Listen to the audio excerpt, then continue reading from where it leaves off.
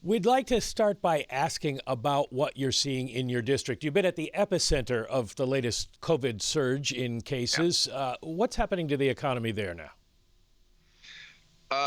Probably around mid-June, the sharp rebound we were seeing started to moderate and started to stall. That was coincident. It came at the same time and along with the resurgence of the virus. And so we saw cases increase. We saw hospitalizations steadily increase. That has started to moderate based on the numbers I see, the daily numbers I get. It started to moderate over the last number of days. But what you saw the state do is put in, and cities put in a backup or unwinding of some of the reopening steps, re-emphasize how important it is to wear a mask, and we saw some effect of that. But you're seeing a rebound that's stalling to some extent. That's what we're seeing in Texas. Well, have that caused you to do a rethink of your economic forecast? What do you see ahead for growth and inflation and unemployment? Well, and because we were seeing it here and in a number of other states, it's still our view that we'll contract for the year at about 4.5% to 5%. It has been our view after a very sharp decline in the second quarter. We'd have very healthy rebound in the third and the fourth quarter. I think that rebound is more muted in the United States now. And it's caused me to think that the unemployment rate, if we don't do a better job managing the virus, the unemployment rate is likely to be above 9%, between 9 and 10%. So we've moved up our unemployment forecast. And so I think we've got a rebound, but it's much more muted than it was. And if we don't do a better job managing the virus, we're going to have lower growth and we're going to have a higher unemployment rate. And so I've been spending a lot of my time talking more about the virus than anything else because it's so critical to the recovery. Well, the $600 extra unemployment bonus and eviction moratorium, they're gone now. First, has your staff modeled the impact of that on the economy? And second, should we expect a wave of defaults that might affect credit markets? We have looked at it. And one of the things that's unusual about this downturn that we've just had is incomes have stayed relatively solid, and a big part of the reason is these unemployment benefits. And so we're normally in a downturn, you see a drop in incomes. We haven't seen that here. It's still my view that in some form we'll get an extension of unemployment benefits. So I'm quite hopeful that that will continue. But if it didn't, you would see a further weakening in the economy, and in particular because consumers wouldn't have as much money in their pocket to spend. Any business people telling you that $600 bonus was keeping people from coming back to the labor force?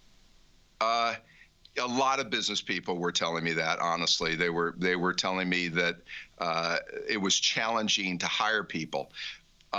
We've looked at a number of studies. We've done our own work. We don't see it as much in the data, but I can tell you I'm hearing it from business people.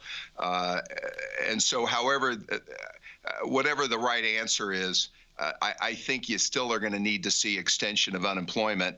It may be restructured to some extent from the $600, but I think it's important that we see an extension of it. And I think the increased incomes, while it may have made it hard for certain individual businesses to hire, it's helped create jobs because it's helped bolster consumer spending. So the net effect still has probably been positive for the economy and for employment.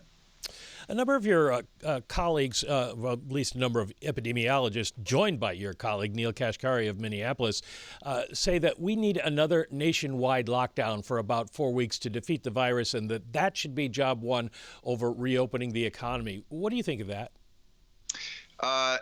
I probably have a somewhat different view based on my conversations, again, with epidemiologists locally and through the country, in that the epidemiologists I've spoken with, which has been widespread conversations, believe we could manage this economy and the virus and have the economy open if all of us wore masks. That's first and foremost, and then we need a good testing and contact tracing regime.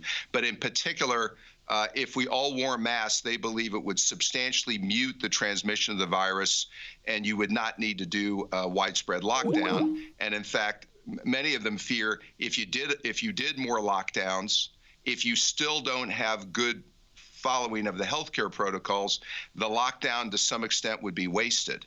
And so I think their advice is be very careful about the reopening, enforce a widespread practice of wearing masks, social distancing.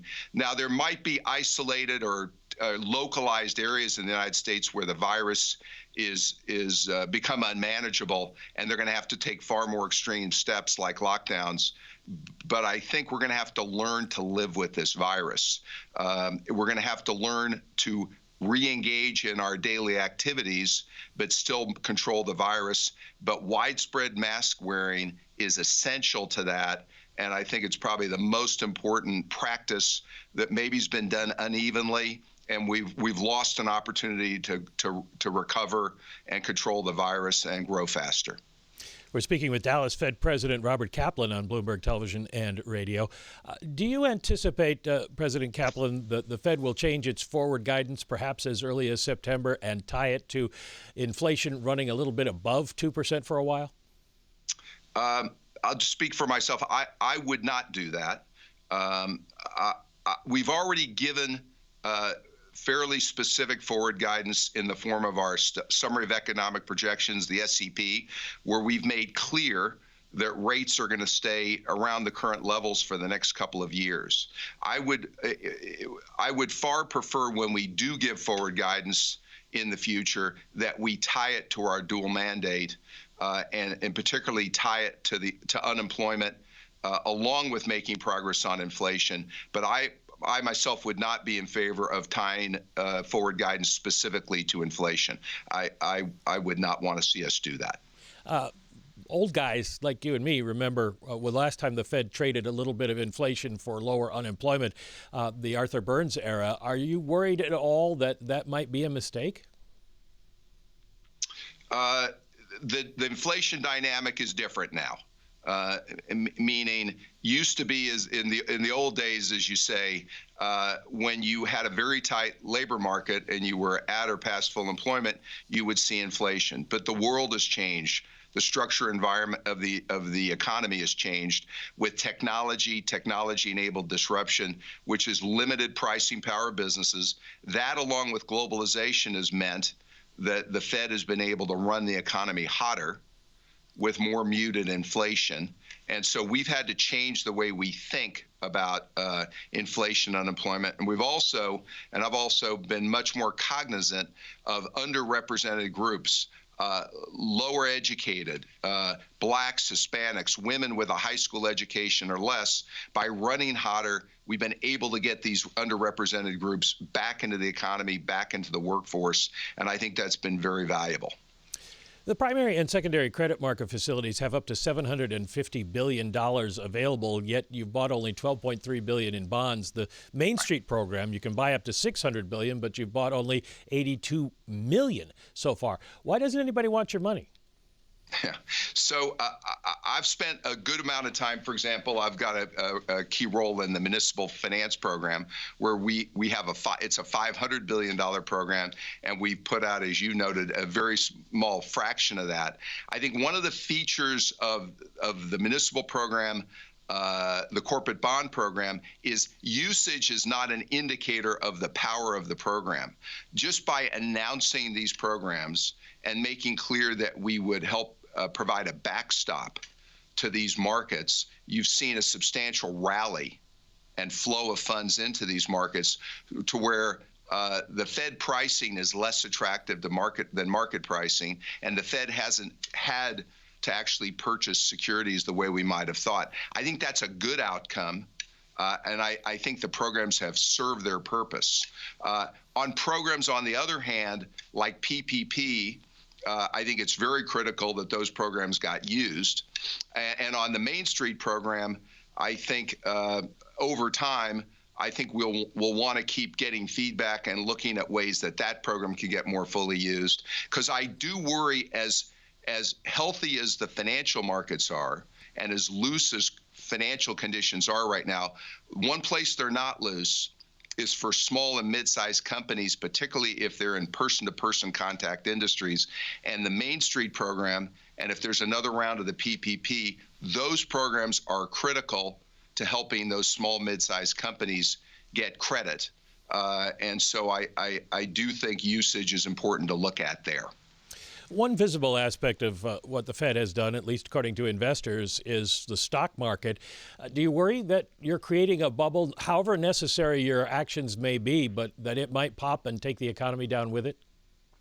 I do think it's wise for us whenever we're doing asset purchases, and we've done something I think even more extraordinary in this downturn, in that we've done these 13-3 programs which have helped backstop these financial markets. Yeah, I think we'd be wise to be cognizant and concerned about the impact we have on risk assets. I think it's necessary, but I think it's very important that these programs have a sunset date, that the markets understand they're not going to go on indefinitely. I know we've just extended our 13-3 programs to December 31st, but I do think it's important that we emphasize these programs will sunset, they will lapse, because I think it's very important that these markets are able to function without Fed support. And I think the Fed support creates its own fragilities in the markets, and I think we should be very cognizant of that. Can't let you go without asking about oil. Bankruptcies are spreading throughout the industry. Prices started to recover, but now seem to be rolling over a bit. Gasoline demand is falling. What is the outlook? Well, so actually gasoline demand in the United States has recovered now to, again, in the neighborhood of high 80s, 90% of a year ago. I've actually been surprised how strong demand has been, even with the resurgence of the virus. People are driving. They're not taking mass transit and they're not flying, but they are driving their cars. I think, to your point, though, with the resurgence of the virus, the recovery in demand has stalled a little bit and is hovering around 90%. And at the same time, we've got all this excess inventory. You know, we had all this oversupply that had been built up because of the drop in demand earlier this year. And I think it's going to take till middle of 2021 for that excess inventory to be worked off. So you're going to have a very challenging energy industry and oil market probably for the next 6-12 months, depending on how the virus proceeds and how demand recovers, because we've got a lot of excess inventory and oversupply. I think it will begin to firm later next year. But in the meantime, you're seeing shut-ins. I mean, people who are producing, who shut in their wells. You're seeing rig count drop precipitously. And I think you'll see U.S. production fall from about 12.8 million barrels a day at the end of 2019 to, we'll end this year around 10.8 million barrels a day, a big drop. And that's even with reversal of most of the shut-ins. We're just seeing less drilling activity, and you're going to see, and you are seeing, lots of bankruptcies, restructurings, and stress in the energy sector. You're the markets guy at the Fed. You worked at Goldman Sachs for a long time. The enormous volatility in the Treasury market we saw back in March, did that have to happen? Reports are it was caused in part by huge levered bets by hedge funds. Do we need significant changes? Do we need supervision of the shadow banking system? Yeah, so I do think part of what happened in March, which maybe hasn't been talked about enough, is you had in March and in part of April a forced selling wave through many financial markets. There was a substantial amount of embedded leverage, whether people were leveraging treasuries as part of risk parity trades or other strategies. And part of what the Fed did is facilitate that deleveraging. But I think now that we've been through it, I do think it would be worth doing more study as to what was the role of embedded leverage in these markets, and what are the implications. And I think, again, it means the Fed just needs to be cognizant that financial stability considerations are sometimes hard to see, and they can build up. And then when you have a stress event like we had this year, you see it manifest itself. I'm also very aware when you mentioned the Treasury market, Treasury is not the natural component of a portfolio that maybe it was, because rates are so low. You might find that many people who used to buy Treasuries naturally as part of a portfolio will be buying other assets.